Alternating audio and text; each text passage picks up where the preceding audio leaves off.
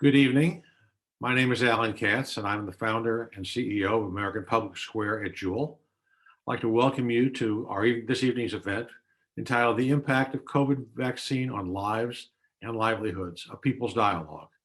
I want to thank you for joining us this evening for this important conversation, which we've produced in partnership with the Center for Practical Bioethics and the Health Forward Foundation, which has been a longstanding partner of ours since American Public Square began.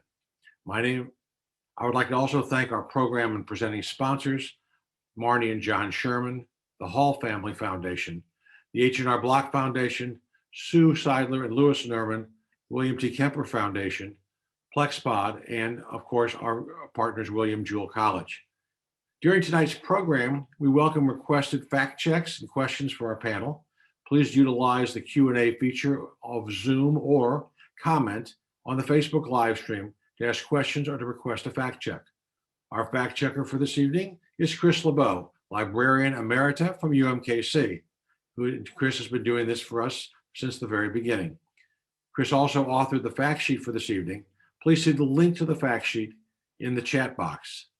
Vadya Ungrasargan, who is the Deputy Opinion Editor at Newsweek magazine, will be our roving reporter for this evening. Vadya will be asking questions submitted by our audience.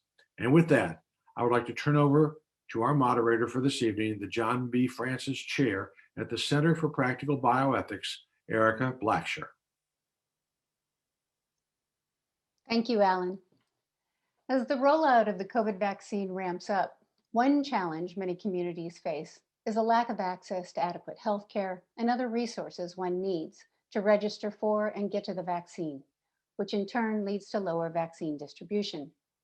But is this the complete picture? Another challenge we've learned has been skepticism in some communities toward the vaccine and those behind the message. With a long history of unethical medical studies and the fear of government use of data, vaccine hesitancy takes many forms in various communities. Experts say to achieve herd immunity from COVID-19, 70 to 80% of the population must be vaccinated. So what might the long-term implications be for communities who either choose or refuse to get vaccinated? And what might that mean for all of us? I'm joined today by a panel of experts who have deep understanding of what the vaccine rollout means for many in the communities in which they live and work. Please welcome our panelists, which I'll introduce in turn. First, Andrea Pardomo Morales. Andrea is a native of Guatemala, relocating to the United States when she was 4 years old and now living in Wyandotte County with her family. She holds bachelor's and master's degrees in social work from the University of Kansas. She's a first-generation Latina and her family's first college graduate. For 2 decades, she has helped improve the lives of low-income and underserved children and adults, creating and enhancing programs for the Latinx community and other vulnerable populations. Currently, she's the Chief Program Officer for an organization called Vibrant Health. Next, Rashaan Gilmore. Rashaan is a serial entrepreneur, community connector, organizer, and collaborator. He's particularly passionate about making a difference and has found a home for his voice in service of marginalized communities where he brings candor, intelligence, and wit to empower individuals to assert their right to be visible and to thrive. He's the founder and president and CEO of Blackout, a grassroots organization which seeks to organize and mobilize the Black LGBT community in Kansas City. And last but not least, Tony Ann Richard. Tony Ann is the CEO of the Healthcare Collaborative of Rural Missouri. With help from her staff, executive board, and partners, HCC is one of the country's foremost rural health networks. Tony Ann, who began her journey at HCC in 2007, has raised close to $20 million in grant funding that directly fuels programs that close access barriers to care for the underserved. You can find our guest full bios on the American Public Square website. With that underway, let's get started. Experts are saying that everyone who can get the vaccine should get the vaccine, that this is the way we'll get the pandemic under control. But one of the hurdles to getting this vaccine rolled out has been skepticism a skepticism and hesitancy among some communities. Let's start talking about that. So what are people's views about the vaccine? And Rashaan, I'm going to begin with you. What are you hearing about the vaccine and the relative interest level in being vaccinated from the community you serve? Thank you for that question, Erica. It's interesting because I think it depends on the pockets that I find myself in at any given time. In the community that I serve, which is the Black LGBTQ community, there's a great degree of skepticism. And of course, that's rooted in years and generations of medical mistrust.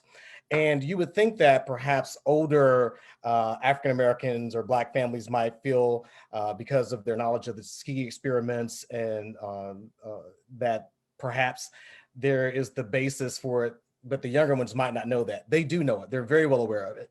And it even extends to one of the more recent vaccines to gain emergency authorization, the Johnson & Johnson vaccine, where you have a number of people who are saying, because of Johnson & Johnson and the problems around baby powder, I don't trust their products anymore. And so it really does vary by age, I find. It also varies by social strata and by race. But I will say that in my own experience, I've had a chance to get the vaccine. I got the Pfizer vaccine. That when I went to the local FQHC to receive it, there were long lines of elderly Black people who were there to get the vaccine. And that runs quite counter to some of the narrative that's out there, that vaccine hesitancy among Black people is so strong that none of them, or very few of them, want it. I think the calculation that many are making is that they are more concerned about the risk of COVID than they are about any side effects of the vaccine. Mm-hmm. Great. Thank you. That's really helpful. Good to learn. Let's pivot to you, Andrea. What are you hearing about the vaccine in your community and people's feelings and thinking about it? Sure. Thank you. Good evening, Erica. Thank you.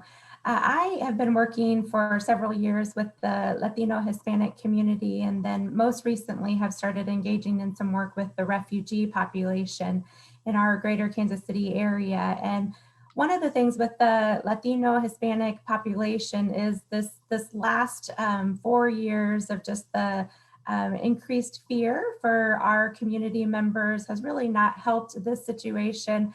There's a fear of being able to provide information and not worry if that information is going to be used by other parties such as ICE and others like that. So we have been really trying to work with the community and provide updated information for them to let them know the reasons and the questions that will be asked at these vaccine events or testing events that we've most recently been doing as well.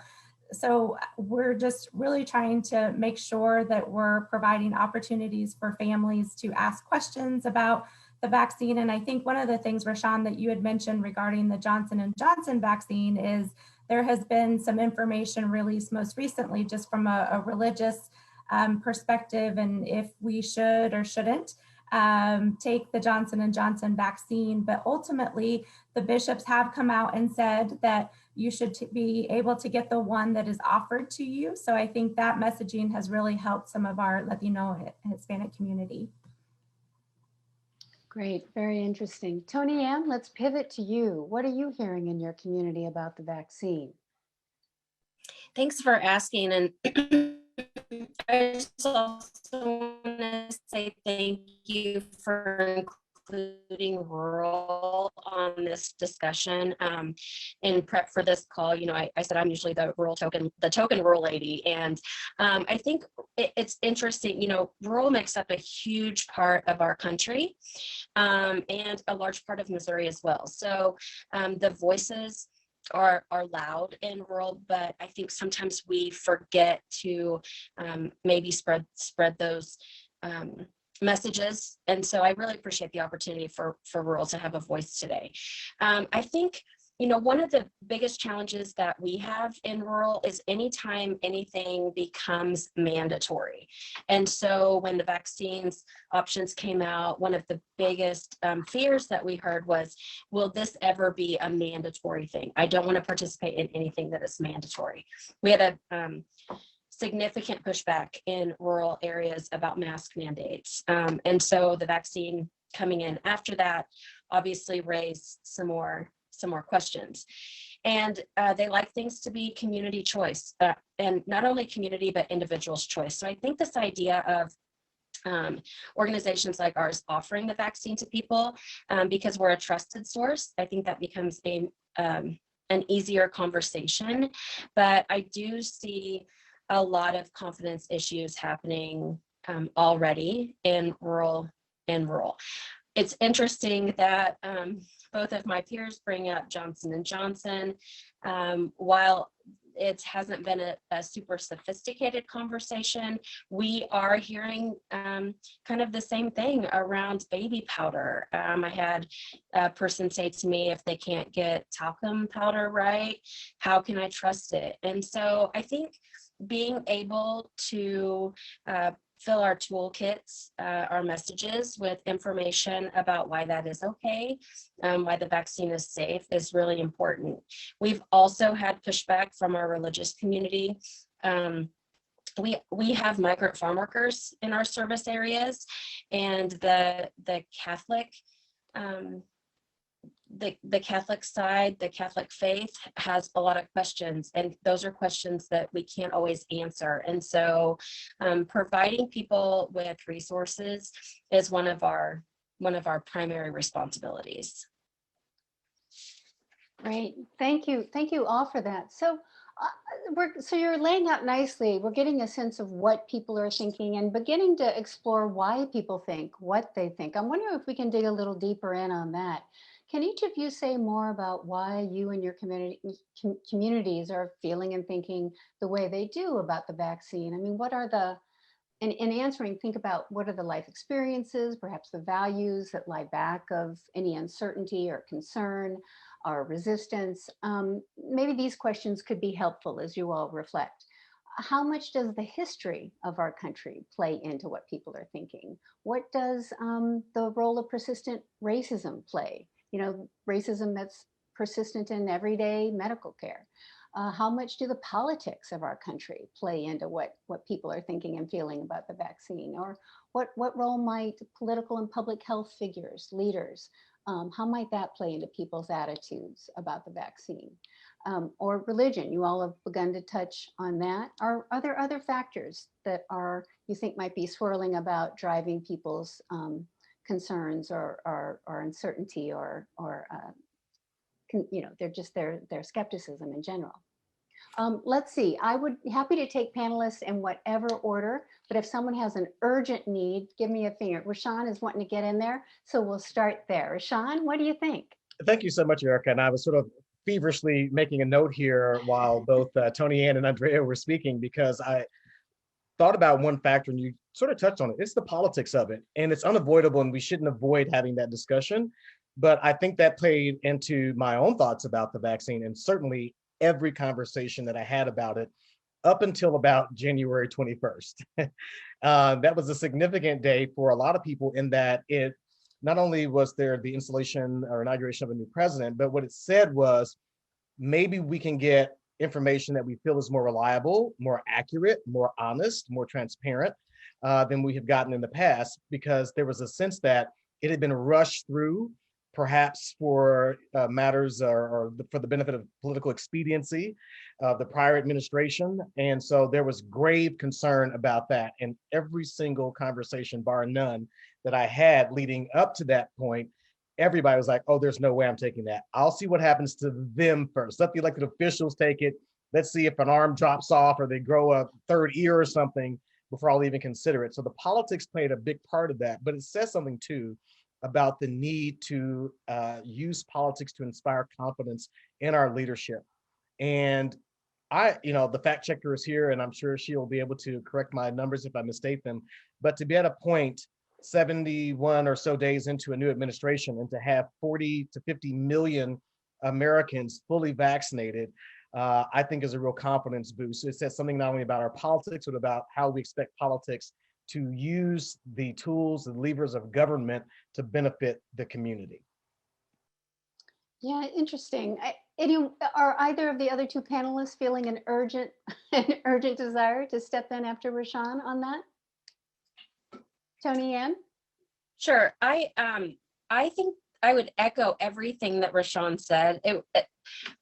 Politics versus policy. And so we try to separate that in rural because politics just, it's nothing like a fight at a Thanksgiving dinner, right? So thinking about policy and how we can set policy to make people be confident in the options that are available for them. One of the things that I thought was interesting is in rural communities, our young people and our elderly were very excited to get the vaccine. And when we talked to them, the elderly really wanted the vaccine because their grandchildren and their adult children would not allow them to be around their grandbabies until they were vaccinated because they didn't want to get their family members sick. And so I can relate to that. My dad had a heart attack in the middle of COVID, and I wasn't able to be around him, mostly out of my own fear for exposing him. I do work in a healthcare clinic. It's nerve-wracking, but hearing people talk about, I just want the vaccine so I can hold my grandbabies. I think that's such a strong message.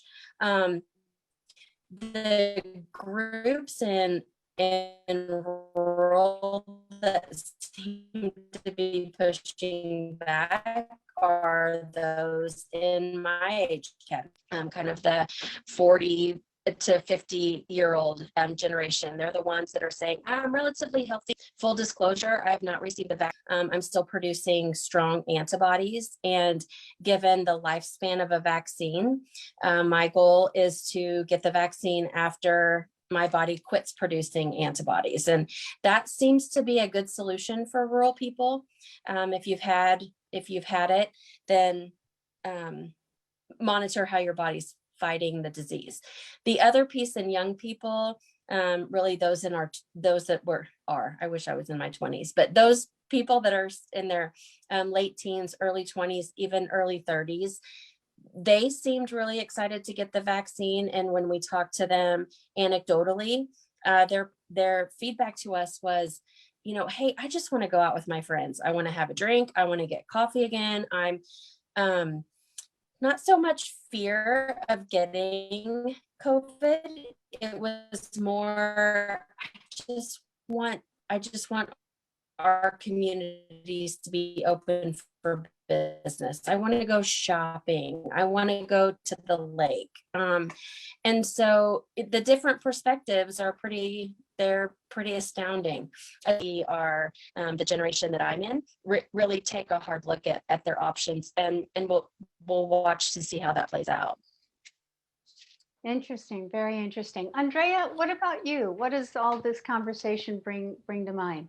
Sure. Well, I think your opening question, Erika, I could say yes and comment about something, everything that you asked in that question. But just to kind of go along, I think one of the things that stood out to me was when the rollout first started to happen in Wyandotte County, they were able to use a tool that really helped them to roll out it, of course, in walking hand in hand with the phasing of Kansas.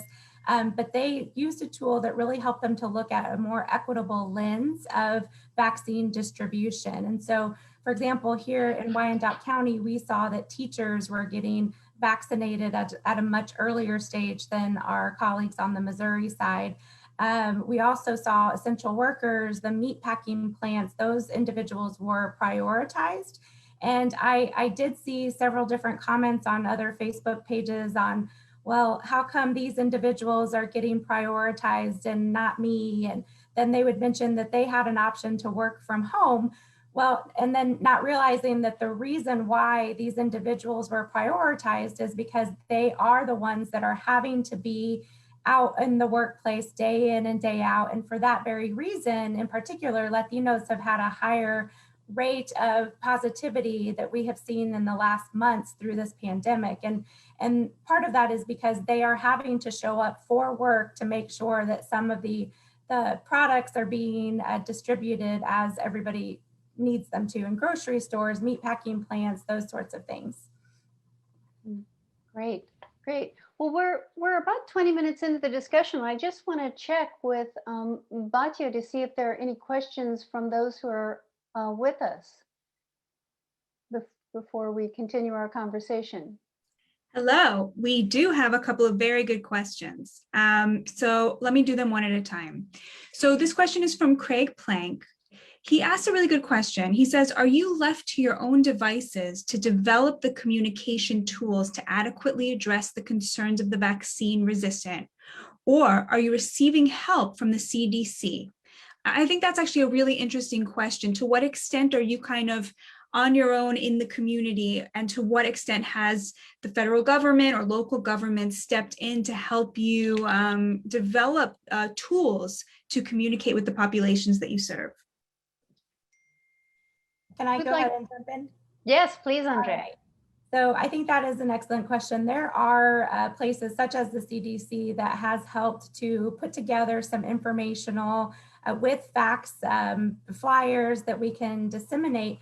But every community is so different. And so many of us have come together to figure out what are the right messaging points for our particular community. And so being able to use the CDC information as a starting place has been wonderful. But then there is a lot of the work that turns back on us as those that are working hand in hand in the community. And so that has really, it's an interesting place to be because there's different funding resources that are needed for that. But really, I think that's where we come up with some of the great information because we are able to work together to figure out the messaging points that will really hit home to the community members that we're seeking to serve. Interesting. Rashaan, what are you finding? Are there tools you're using? There you are, and I starting think from scratch. Well, there are tools that we're using that the CDC has provided, and those are very helpful at sort of the 30,000 foot high view, sort of to Andrea's point. But I do think that it's critical that messaging is tailored to the communities that we're serving and understands and speaks to directly the concerns that they have. And I would be remiss for two reasons if I did not acknowledge one, that the Health Forward Foundation recently made a grant to Blackout, to the organization that I run, to do some specific targeted messaging to our community. Because while there are some shared concerns broadly across the American populace, I think there are some very specific concerns. And sometimes it's not even about the reluctance or hesitancy about the vaccine, it's that people underestimate their risk sometimes.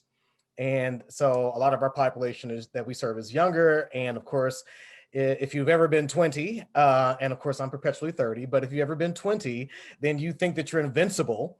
And so therefore you feel like you're not at risk for COVID, or I've made it all this time, or I was around somebody who got COVID and I didn't get it. So I think educating people and messages that speak to them where they are so we can move them from there is absolutely critical. So I don't think there's any uniform messaging that's going to work. We can try to share the same set of facts, but I don't know about anybody else, and I'd be curious too if my colleagues here have any thoughts about this, but I find that most of the clients that I deal with are very well educated about the vaccine, where to go, when it will be their turn. That has been especially both surprising and encouraging for me. Interesting. Great. Thank you for that. Tony Ann, what about you? Sure, in your I would community? echo that as well. One thing we've talked about at our medical staff meetings is, general community didn't really know what an epidemiologist was until the last 18 months. And then we kind of went through a phase where everybody was an epidemiologist because they were digging in, by proxy, they were digging in for all of this information. And you'd hear people at work, well, I read so-and-so, and this is how you get it. And this is how, those types of things, those conversations were taking place. And so that messaging, at least in the rural communities, was a disaster, right? So it spread like wildfire. And so bringing people back into the factual sphere of what we were trying to communicate was really challenging. We use the CDC as a resource for people. Really what people wanted to know in rural is When do I have to quarantine? When do I have to keep my child home from school? We do a lot of work with our school districts, and they were looking to us to help them set policy for how do we decide if a child is exposed? Do we quarantine entire classrooms? Do we quarantine students that are next door? And virtual learning became a huge challenge. And while I think a lot of rural communities it's still not their style of choice. And we use the CDC, we use it to help tailor our message to rural, but we use it to help organizations, companies, schools, et cetera, help them set policy on how to manage COVID safely in their community. But in terms of a rubber stamp, we don't use that as well. Reach Foundation and the Health Forward Foundation both invested in the entire Kansas City metropolitan area, ourselves included in that, to help us develop plans and programs that help target that message.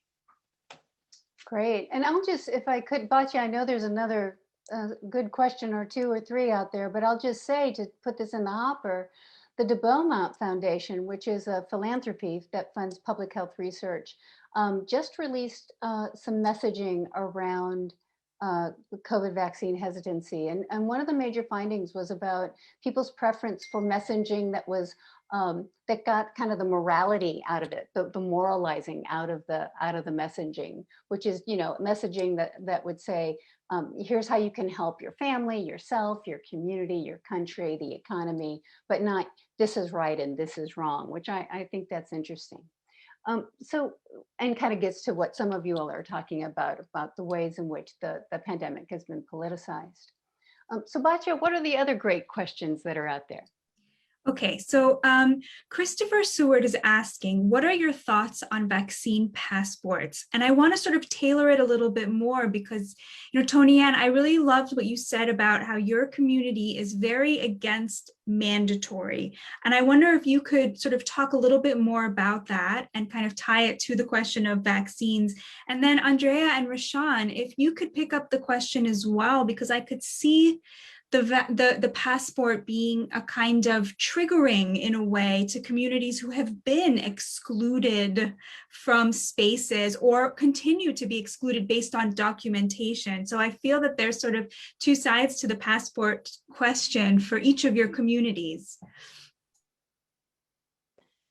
Sure. So my gut reaction is, if there is a vaccine passport, there will be a complete uprising in rural, right? So I think you'll see a lot of people push back. I think people will kind of start to develop their own public initiatives against it. That would be concerning. I do see, I think people are respectful of the knowledge that somebody is vaccinated, especially as it relates to travel, international travel. I do hear pushback from people in rural communities about, I don't want to get a vaccine just to fly. But on the flip side of that, I know people that went ahead and got the vaccine so they could travel again. So I think it is definitely a mixed population. I just think that people that are against that type of mandate would be really noisy. And I think we would hear a lot from them.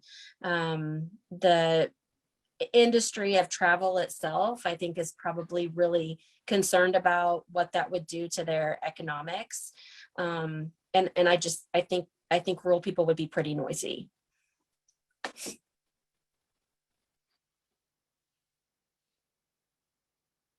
So Rashaan or Andrea?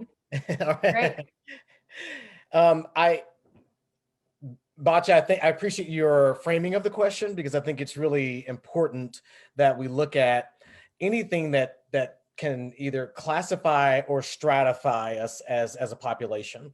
And you have to be concerned about those who are typically most vulnerable and most left out, or have the greatest distance or gap in their care and coverage. And so issues of race, class, and even geography come into play when we talk about something like a vaccine passport. As a practical matter, I guess it makes sense. I can mentally sort of assent to that being, okay, yeah, it's good to know that this person has that yellow sheet that says that they've been vaccinated. On the other hand, I can readily see that becoming another means of division. So I'm not opining on the efficacy or positives or negatives about it. I just see that it could potentially be fraught with a lot of problems. I think that there are probably a host of other ways we could approach that.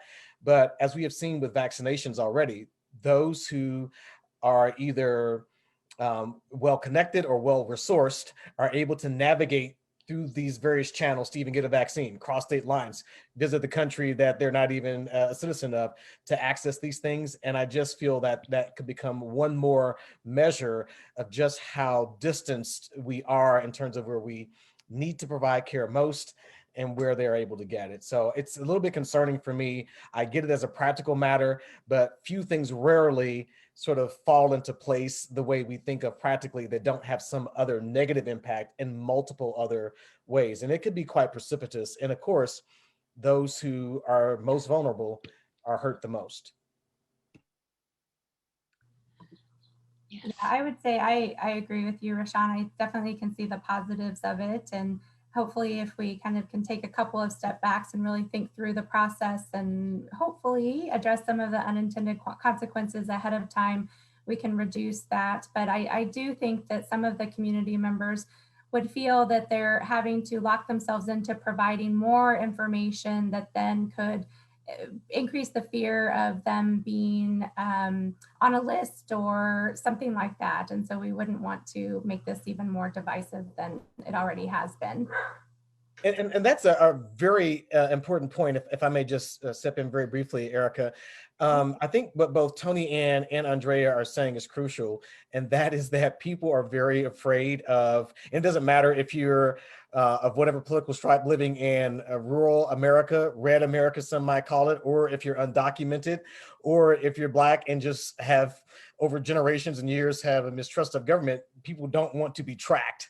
And it feels like perhaps there will be one more way. So maybe if Apple did it and you could have it on your phone or something, that might be different. It might be more appealing, but the fact that it's something that the government could do or deny based on the politics of the day, that's creepy and concerning for me personally. I might add one more piece to that. You know, if you look back on whoever thought we would have a pandemic, a presidential election, and multiple natural disasters in one 12-month period. So people are already, those divisions, those issues of division are so, they're so prevalent right now and they're so strong. People have become in their own mind experts at different things. And I think one thing that we're trying to communicate across rural in this entire country is it's okay, we can agree to disagree. And on things like vaccine passports, is there a way to get people to be more involved with their congressional leaders? Because this will be an issue that would come out of Congress, you know, so getting people more involved with the people that can actually help influence those decisions. But it is okay to agree to disagree. You don't have to disown people. I can't tell you how many people have said, I've kicked off half of my Facebook friends, and I'm like, goodness, we're still human, you know. So I think that's another important piece that's influencing that policy. Batya, I don't know if we've exhausted this terrific question that led to so many insights. Batya, are there other questions you want to bring in from those who are listening in? Let me do one more because there's one more very good question, and then I'll let you guys talk to each other for a little bit. So Elaine Stephen is asking, what is the best approach when speaking with folks who are hesitant about the vaccine due to immersion in political disinformation and fear that the vaccine is a means of government and elite control? So I think that probably last part is probably for Tony Ann, but to Rashaan and Andrea, what are the best tools that you have found in creating a sense of security and safety and trust in the communities that you serve? And I think this is a question that gets beyond just vaccines.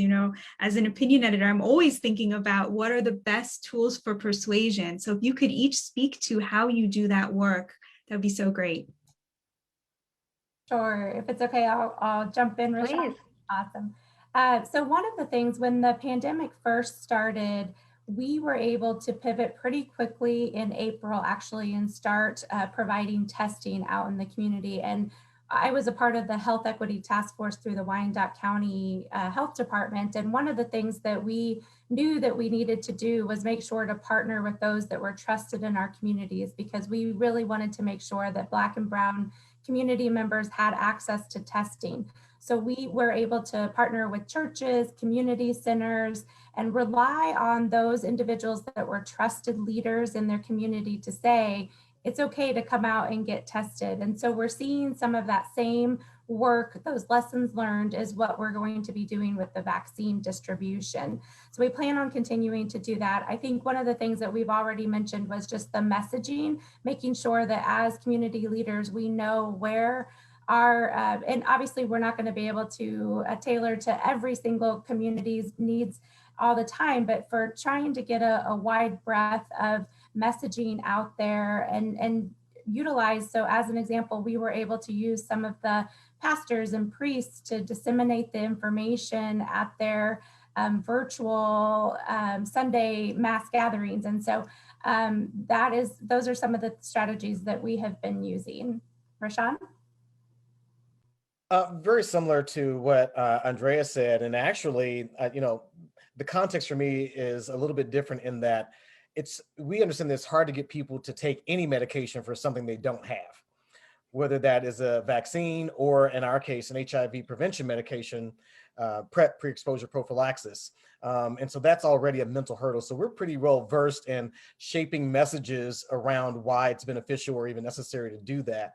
So what that has looked like for us has been storytelling. So from those who have either received the vaccine or who plan to when their time comes. And I host a local radio show, this public affairs show. And so what I did was I had a member of Blackout, one of our clients and a friend of mine personally, who was a part of the the Moderna vaccine trial, come on the show and talk about his experience.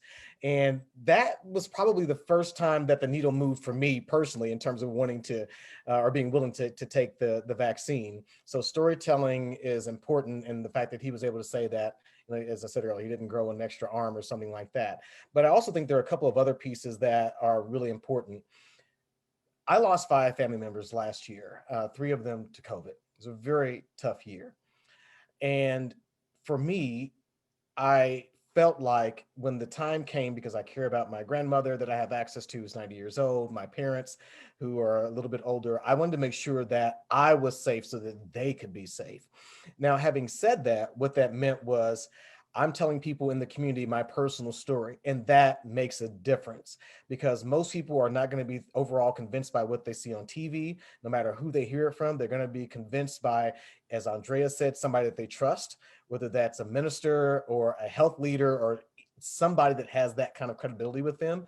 But I also think that it's important to bear in mind that if a person is unwilling, leave them alone. Do not browbeat people. You are not going to force anybody to take a vaccine.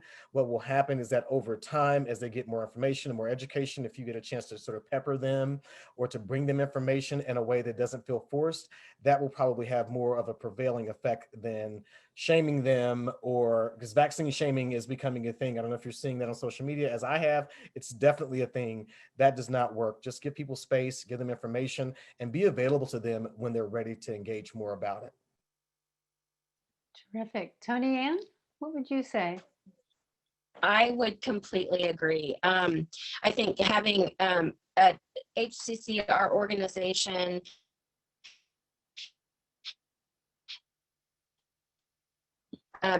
because we're a rural health network, and within our network is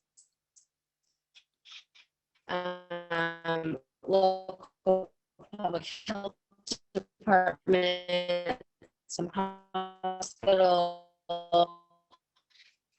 Tony, we are losing most of what you're saying. Are the rest of you experiencing that, or is it okay? Okay, is that better? Oh, that is so much better. Yes, we can hear you, Tony Ann. Oh, Yeah, and we can see you sorry. again. Oh yeah, sorry. I'm not sure what you heard, but I would agree with what has been said. Even though I'm not a physician or a nurse practitioner, I'm a good mother, but I'm not even very good at Band-Aids. And so having people reach out to me and say, have you gotten the vaccine? I want you to know when you get the vaccine. I want to know when you get the vaccine, because then I'll get it. That's really, you're seeing that a lot across this country. And so as leaders, I think we have a responsibility to be consistent in our message, not only to our communities, but also our friends and family. So our church families, our friends groups. My daughter is getting ready to turn 16, and I hear a lot from her friends as parents. What are you going to do? And that's hard. That's hard, right? Because it's my own personal opinion, yet it reflects my professional opinion in the community.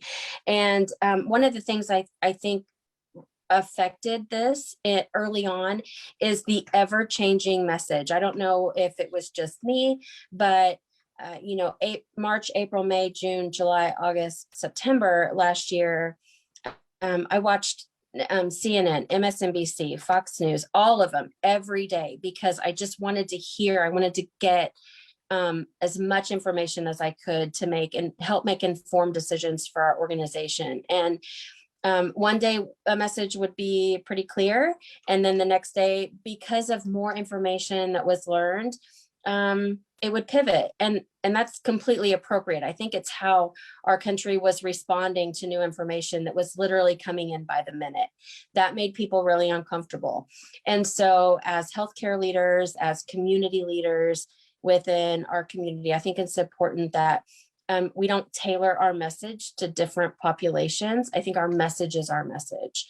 And while the linguistics of it may need to be changed a little bit, I think the core of what you're trying to say has to remain consistent, or you will immediately get people that are questioning where you're coming from, like what's driving your decision. Great. Rashaan or Andrea, anything directly on that or related? Yeah, I just want to, and thank you for that opportunity to speak to that. I definitely hear what Tony Ann is saying, particularly when it comes to some of the populations that she's serving. And just generally, we do need to have like a core set of facts that we know that. So we hear it over and over again, trust the science. The science may be trustworthy, but sometimes the scientists in the minds of the community are not. And so that's where the tailoring of the messaging does come into play. So not a different set of facts or alternative facts, as was once a thing, but to be able to really say, I know what your concerns are, and let me speak to you in a language that you'll understand about those facts and about that science. But I think it's absolutely essential. And I'll defer to Andrea. She may feel quite the same, but I know in Black and Brown communities, if you're not speaking our language, so to speak, you're missing us entirely. Facts may be there, but facts also reside within context, and historical context matters. And they sure do. Andrea, anything you want to add to that? Nothing in addition, no. Thank you. I'm wondering if we need to just check in with our fact checker. Chris, are we good to keep talking, or do you have some things for us? Most of the Q&A have been questions for the panel. Somebody did ask about what really is the passport good for, and I put in an answer, but maybe the panel would like to also address that. And then I responded in the chat about the numbers of vaccinations and just cautioning the audience to be mindful of the difference between vaccines administered versus delivered versus people who are fully vaccinated. There are three different sets of figures. Great. Thank you for that. Oh, well, at this point, what I'm interested in hearing you all think about, I mean, you all represent different communities, and in the polarized politics of our day, we think of these as, great divisions among ourselves. But I'm curious, as you all have heard one another talk about your communities, their concerns, how you're approaching them, what have you all learned from each other that's useful? Do you see primarily differences? Do you see some similarities? What's good to know now that you all have been talking together?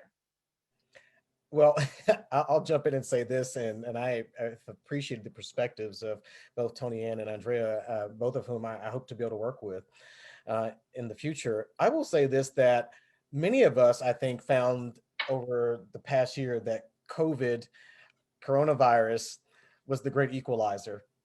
And certainly there were some impacts in areas that were more than others for a variety of reasons, but we all found ourselves in the same boat, so to speak. Some with shorter paddles than others, perhaps, but certainly all faced with the same sort of scary questions and approaching this issue of the vaccines that are available from those various perspectives. And I just think that, the most important thing that I will take away from this and be able to sort of impart to the work that I do is that at the end of the day, we are all human beings who just want to live and be happy. And that approaching it from that perspective is what will ultimately sort of provide me the resiliency and the energy when it begins to wane, because it is very challenging when you're already dealing with so many health disparities. And in our case, and I don't like to think of them as social determinants, but as social influencers of health. I don't necessarily think they're determinative of anything, but they certainly influence our health, but that we are all tackling these different things, and ultimately we need each other, period. Great, thank you for that. Other thoughts? Andrea, you've unmuted yourself. That's great. I would agree with what Rashaan has said, and I think it really helped us to kind of see that we are all connected in many, many ways that we probably didn't realize beforehand. And being able to, we just saw people, natural leaders that wouldn't normally call themselves leaders, step out during this pandemic time to be advocates for their communities, whether that was a cultural community or just their neighborhood, or so it was an amazing time to be able to see that we are all connected, and hopefully we'll continue to see that moving forward and being able to work with one another and learn from one another. Thank you. I agree. I hate to sound like a broken record, but I agree. I think Rashaan, you bring out a great point. COVID equalized people, and in a time where equity and equality are so top of mind, and that's challenging to feel like you're staying ahead as a leader, staying ahead of those issues. I know in the rural space, we're working really hard, right? We're working very hard to better understand our own bias and our own insecurities, and how can we raise better children? How can we be better parents? How can we be better grandparents? And COVID taught us that it doesn't matter where you live. It doesn't matter how much money you have. It can hit you hard and fast, and it can kill you. And that was really scary for a whole lot of people. I would love to see that our country comes together around this issue. I would love that we could put things behind us and agree to disagree, and also be comfortable in this uncomfortable space and these uncommon friendships that say, hey, I am going to reach out to my peers after this and say, let's chat, let's talk about what you're doing. Because leaders, some leaders that we thought were really going to shine, really struggled in this space. And we saw some mass exodus of hospital CEOs in rural communities. And it was scary because when we saw that, it sends another level of fear. We saw hospitals close in rural because of COVID, because they couldn't address COVID needs locally. And so they were having to send patients into the urban areas. And so having your local critical access hospital close during a pandemic, also very scary. I mentioned my dad earlier. A very small critical access hospital in central Kansas saved my dad's life. If that hospital would not have been there, he would have died. And so bringing all of that home is critical for how we move forward. I have a nurse that is a BSN, and she was talking about in nursing school how they teach you about pandemics, they teach you about epidemics. And there are some people that were really just born for this. They were born to problem solve every day. They were born to show up every day. And I think we should applaud those people, especially those uncommon leaders that we didn't expect. Thank you for that. I'm seeing a note here. I was about to pivot to our kind of last couple of questions, but I'm seeing that there may be other questions in the chat that should get out to our panelists. Is that right? Or am I misunderstanding? We do have a few more questions. Before I get to the ones in the chat, though, I wanted to ask one. Rashaan, I love that you said that the scientists did not get everything right. There were some crucial errors that made suspicion from certain communities make a lot of sense. And that seems to me, again, to be something that unites the three communities that you are working in a way that has been completely missed by the media's narrative, which has been, on the one hand, trust the science, Fauci is God, there have been no mistakes, we know everything, trust the credentialed, right? And on the other hand, has emphasized this racial divide that it has politicized as well. And to me, it seems like what's emerging from this conversation is that those are two mistakes that are being made, that actually there are many more similarities here, that actually questions of education and class are perhaps just as important. More importantly, that those with less education, those with less access to, the upper echelons of, let's say, the media, right, have been more correct because they have been more suspicious from the get-go. I don't know if that's just what I want to be hearing from what you're saying, but that's coming through to me very powerfully. And I think it's really interesting and really important. I would love to hear all three of you speak to that. I will say that is probably very true. And I think, again, we are finding as human beings that we are much more alike than we are different. The differences matter, and in some cases they should be celebrated. In other cases, they should be examined and worked through, much to Tony Ann's point about agreeing to disagree when and where we can. And I often tell people that we can agree to disagree on who's got the best coffee. We can agree to disagree on the best burger in town, their best barbecue. Of course, everybody knows that Kansas City has the best barbecue in the country. That's not even in dispute. However, having said that, I think it's important to also note that there have been conversations that I was a part of before I went on my social media break on World AIDS Day, December 1st, where I had friends who are leaders in the HIV field who had previously worked with doctors Fauci and Birx. And they were very much of the, these two walk on water. I will give credit to Dr. Fauci for having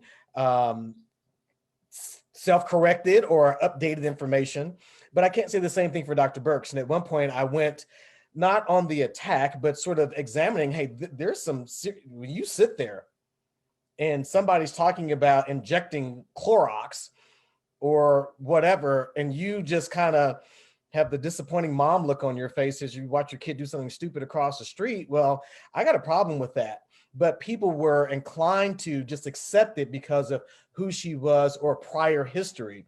Whereas a lot of us, looked at it and said, no, that's not acceptable. That doesn't make sense. It doesn't sound right. And I have found that as I've had some construction going on in our office, different task rabbits and folks we've used, they come from rural parts of the state or from other political backgrounds. And they are saying, hey, wait a minute, we agree that we have to do the examination ourselves. And I find that there's another area where we as human beings can connect and can help each other out if we will allow ourselves to. Yeah, how many of us were like, abort, abort, abort when we heard Clorox? I mean, I couldn't even breathe when I heard that. I was like whack-a-mole. It has to stop. We can't, this is becoming dangerous. And that's where we really relied on our local physicians, on our local public health departments, on our state health department leaders to say, hey, this is crazy. Please do not chug Clorox. We actually had a patient who did start putting Clorox in their coffee every morning. And I don't know how they're still alive today, but they are.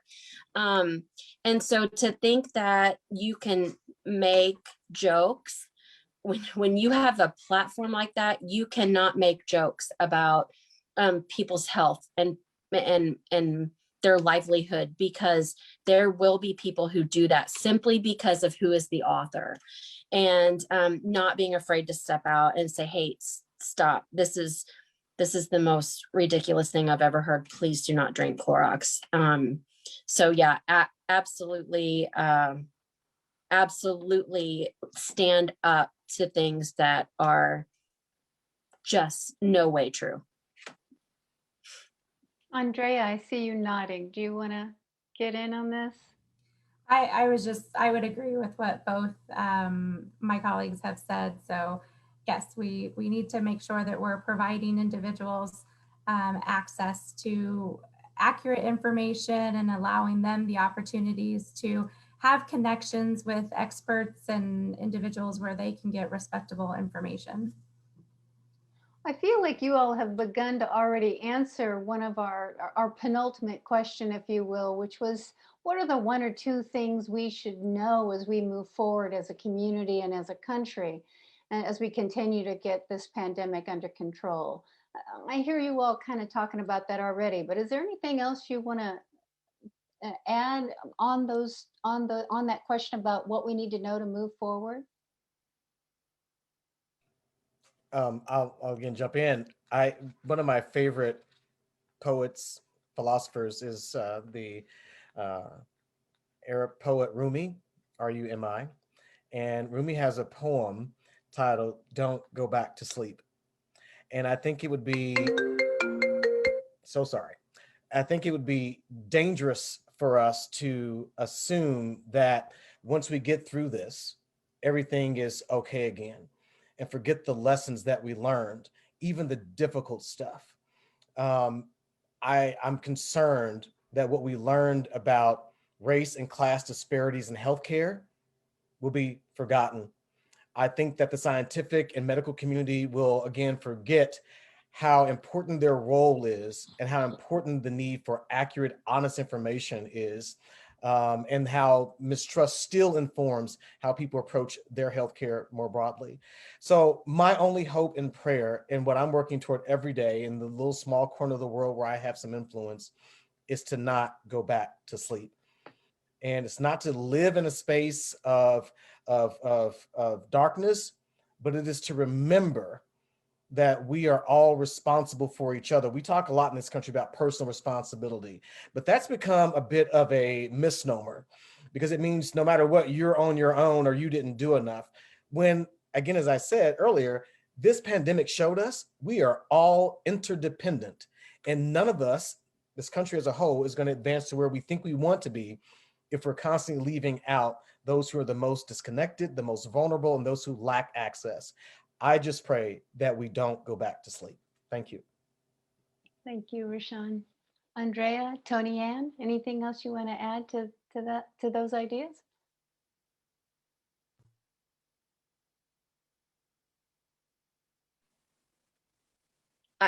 I'm going to have to look up that poem. I think there's a similar Willie Nelson song, something about know when to hold them, know when to fold. Maybe not Willie I Nelson. love Anyway, Willie Nelson too, so that works out. Anyway, yeah, I agree.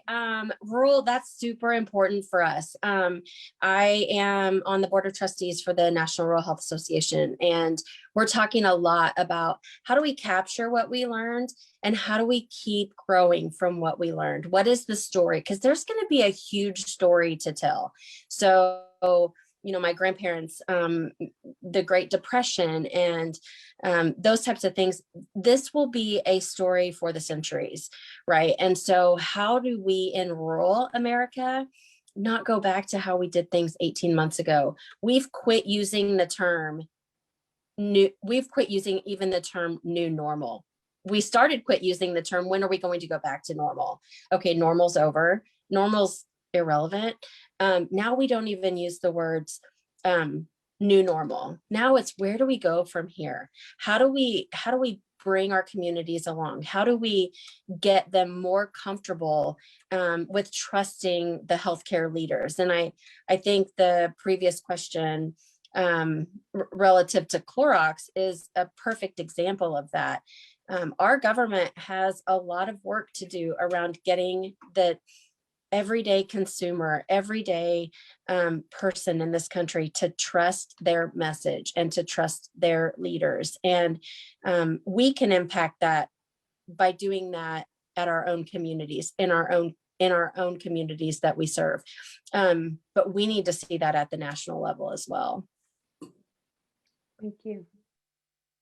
Tony, and I was going to say something similar around the new normal. And really, when we step back and think about, I know personally for me, when the pandemic first started, that sigh of relief that I wasn't having to run every night of the week with my kids to soccer here or there. Or, so I would really just encourage us to do what both of my colleagues was saying, is to what was working, what wasn't working, how can we then take both and move forward and make another journey, another path for us all.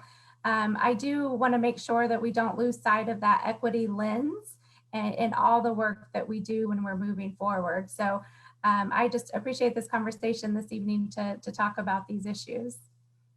Great. Well, Erika, could I add please. one quick little piece? Please. I also, one thing that was really interesting specific to the vaccine is that coronavirus has been around for a long time. I was raised on a beef production farm in central Kansas. Coronavirus is a disease that is in cattle. And so different drugs that are used to treat that in the cattle industry, it's been around for a long time. One thing that was interesting as you went back and looked at the funding and how the funding goes into making decisions for how we fund vaccines. The work around the coronavirus back when the last SARS invasion was here, they did some significant work around a vaccine. That slowed way down because it didn't turn into a pandemic. It didn't affect the numbers of people that they thought it would. I think it was referred to as the bird flu. I think that specific strain was bird flu. So the research around a vaccine started way back in 2004, 2007 era. And then they pulled way back on the funding. And I think if we would have continued to invest in that, people would have been much more comfortable with the rollout of a vaccine, because in a lot of people's mind, it was, well, we just developed this vaccine in 6 months, where it was really a parlay from the original SARS vaccine. So this has been in development for a long time. I think the Fauci team, they missed the mark. They should have educated our communities on that. They should have let people know that this has been something that we've been working on for a long time. Thank you for that, Tony Ann. I'm going to pivot to the last question of the evening. Now, as you may know, it's an American public square tradition to allow each panelist a final comment. We do this in the form of a very brief response to each of 2 questions. The 2 questions are, so what and now what? And you each get 60 seconds to respond. Now, I'm hoping someone has an urgent desire to go first, has their thoughts collected. I see Rashaan saying, don't call on me. Anybody want to go first? So what? Now what? Oh, we have a lot of, Tony Ann. All right.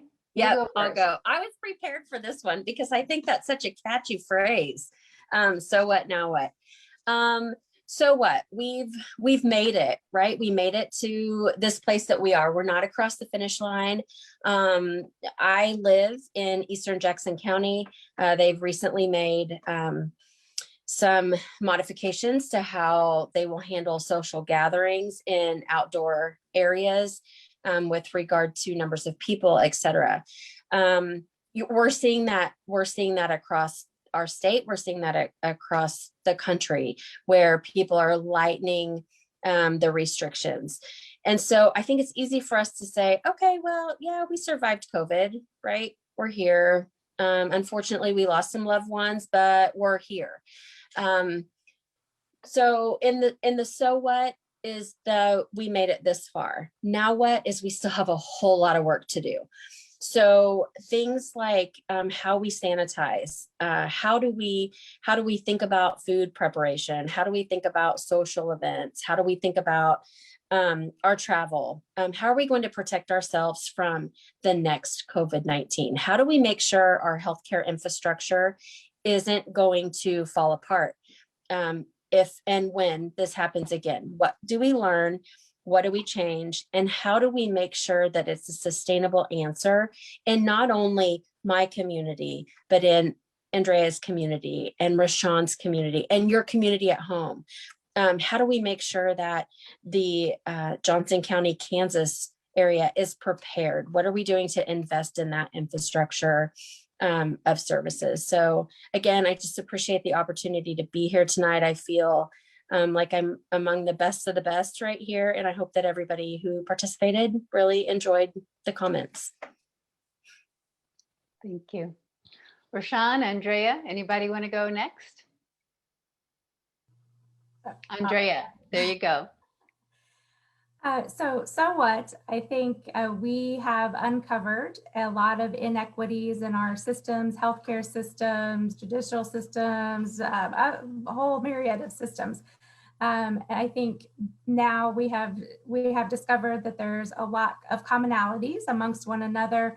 And I think now what is, how do we bring more voices to the table, and not how do we extend the table? So not choosing just a limited few, but we are needing to bring more and more chairs to that table to make sure that all voices are heard and experiences are learned from, and we can move forward and try to correct some of these inequities that we have uncovered. So that's what I would say, and I appreciate your time. Thank you so much, Erika, for leading this conversation, and very nice to meet my colleagues here this evening and hope to work with them in the future. Andrea, I love it. A bigger table. We need a much bigger table. Rashaan, to you. I deeply regret that I will not have anything as succinct or profound to encapsulate my final thoughts as my colleagues Tony Ann and Andrea have. However, I do think that the so what is, we're on our way out of this dark tunnel. We're not there yet, right? The now what is sort of to what Andrea was saying, that these structures of care, you know, we talk about a bigger table, and I think that's a perfect sort of metaphor for it, but I think the structures for care have to be re-examined. My greatest fear is that, as I said before, lessons learned will be quickly forgotten. And those who, whether they're rural, whether they're Black, whether they're queer, whether they're immigrants or undocumented, these are people who are often the most left out. And the now what is, we have to demand of our government and our political leaders, as well as from medical and scientific leaders, a change. These lessons must be applied. They should not be forgotten. And we should always hold up that banner right before their face anytime we see policy going in a direction that would seek to yank us back. That's my greatest fear, my greatest concern, because the next pandemic, as Tony Yang said, could come along and we're in the exact same spot again because we did not learn the lessons. And it should be easier, not harder, for the communities that we all represent to make their case, to access care, and to have the opportunity to live a vibrant, healthy life. Thank you all so much for your time, to Janisha, the ambassador, as well as to you, Erika. You're a great facilitator, and I'm really honored to have been a part of today's program. Well, it's been an honor for me to be a part of this and to get to know you all better. And I think now I hand it off to our colleague, Danisha. Well, thank you everybody for this conversation this evening. I know we have a few questions that are still in the Q&A. I want to let you know that we see you all, we see the questions, and we will do our best to get them answered, whether through our podcast, both sides, or maybe we can get a little piece from each one of our panelists here, maybe get them to write something for us. So again, thank you everybody for joining us. We know that there are multiple communities and that we all touch each other in some way, shape, or form. We had several of them represented here tonight. We know there are more that could be represented, and we hope in future conversations to be able to bring together a wider swath of the community as represented here this evening. So thank you for a lively and informative conversation. Thank you to our program committee with American Public Square. Thank you to our roving reporter, Batya Ungar-Sargon. We appreciate you. And our fact checker, Chris LeBeau. I also want to thank our staff at American Public Square for being contributors to this program. Tomorrow, you will receive an email with a link to a short post-event survey. Please take a moment to complete this survey as it helps to guide our future programs. In addition, American Public Square relies on the support of its members to maintain excellent programming. We are committed to our model now more than ever to seek actionable ground. And I think we saw that tonight. We had somebody who represents a rural community, and I just think that is so exciting. You can find membership information on our website, americanpublicsquare.org. Again, thank you for being here tonight. Keep a watch on our website for more programming that's coming up very, very soon. We hope that you will join us again soon, and have a safe and healthy week. Good night.